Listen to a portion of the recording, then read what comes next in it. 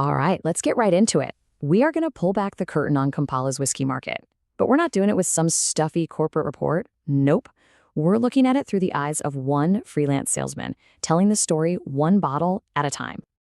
And this is the man himself, Edward Vogare. He is our guide. Think of him as a specialist, someone who lives and breathes the whiskey scene in Kampala. The data we're about to walk through, it's all from his personal sales records, a projection for what November 2025 looks like. So what we're getting here is a real, on-the-ground perspective. Now, a quick but really important disclaimer. What you're about to see is a snapshot. It's 1 month in one part of the city through one guy's sales book. This isn't the whole pie, but you know what? That's exactly what makes this so interesting. It's a real detailed look at a slice of the action. Okay, so first up, let's set the scene. What was going on in Kampala this month? Why was it such a hot spot for whiskey sales? Well, November was absolutely buzzing. It's the peak of wedding season, and you've also got the Kwanjula, which are these beautiful, big, traditional introduction ceremonies. On top of that, the whole city is gearing up for the holidays. So you've got end-of-year corporate parties, social events, you name it. Throw in a few brand new hotels and restaurants opening their doors, and boom, you've got a perfect storm of demand for premium spirits. So we know the city is celebrating, and people are buying. But who exactly is buying? Where was all this whiskey actually going? Let's follow the money. This chart gives us a fantastic picture of the whole ecosystem. The biggest piece of the pie, over a third of his sales value, goes to distributors and wholesalers. No surprise there. They're the ones feeding everyone else. But what's really fascinating is how evenly the next three slices are split. You've got bars and restaurants, liquor stores, and supermarkets, all hovering around that 14% mark. They're all equally vital customers. Okay, now this is the core idea of our whole story, so lean in. On the left, you're looking at the number of bottles sold each week. That's volume. On the right, you're seeing the money made from those sales. That's value. Just look at the peaks. See how in the second week, the volume peak on the left is pretty high, but the value peak on the right is kind of meh. A busy week moving boxes doesn't always mean it's the most profitable one. And that difference, well, that's everything. So we've established that just selling a lot of bottles isn't the whole story. Volume and value are two different things. Now let's see how that plays out with the brands themselves. In a market this competitive, who's really winning? Okay, this table tells such a cool story. Just look at Ballantine's. It's the third most popular brand by the number of bottles sold, right? Almost 20% of all bottles. But now look at its share of the sales value, a tiny 5.6%. And then you have Glenfiddich. It sells way fewer bottles, just under 7%, but brings in a massive 15.6% of the total cash. That right there is the power of a premium brand. Let's start with the undisputed king of the hill, Johnnie Walker. At nearly a quarter of the entire sales value, it's not just popular, it's incredibly profitable. It's a total powerhouse that manages to lead in both high volume and high value, which is a rare feat.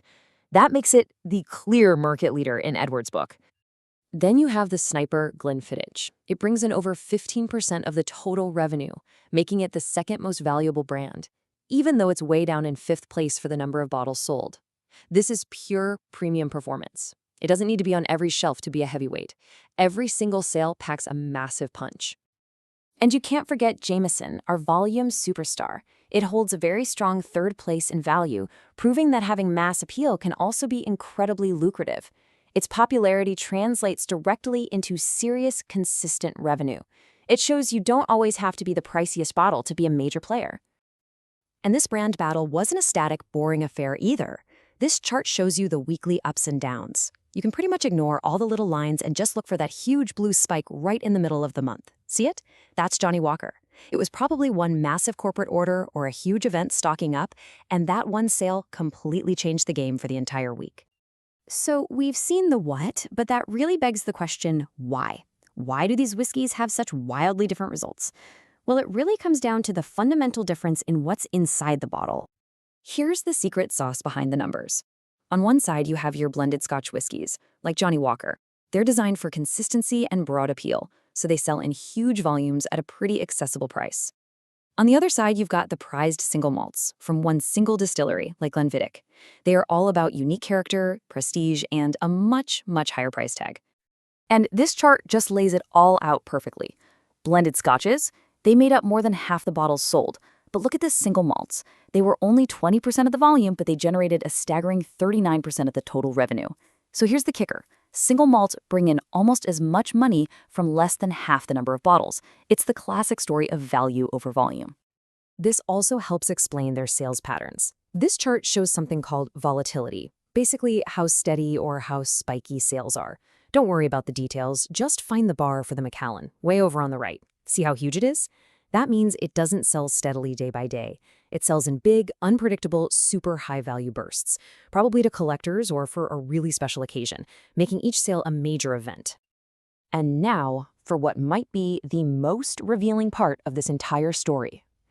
Edward's data is amazing because it shows us what he's sold.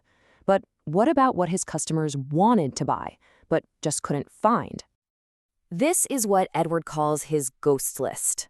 These are the whiskeys his clients were constantly asking for, but that were hardly ever available. And this list tells us something profound. The market is actually more sophisticated than the sales data suggests. There's a hidden, unmet demand for specific, often more premium products. The sales figures we've seen are shaped not just by what people want, but by what's actually on the shelf. And that means there's a huge opportunity just waiting to be tapped. So, after looking at all of this, the parties, the buyers, the brand battles, and this hidden demand, what's the final takeaway? What is the story of Kampala's whiskey market in November? It really is a tale of two parallel markets, operating at the exact same time. You've got the high-volume world of popular, accessible blends that drive the day-to-day business. And right alongside it, you have the high-value, high-prestige world of single malts, where fewer sales generate enormous revenue. And bubbling just beneath it all is this clear, unmet desire for even more premium stuff that suppliers just aren't fully meeting yet. And that leaves us with a pretty fascinating question, doesn't it? All of this incredible detail came from just one person's sales in a single month. It really makes you wonder, what could a full year of data from the entire city tell us about where this market is headed, and who's going to be the next big winner in Kampala's evolving taste for whiskey?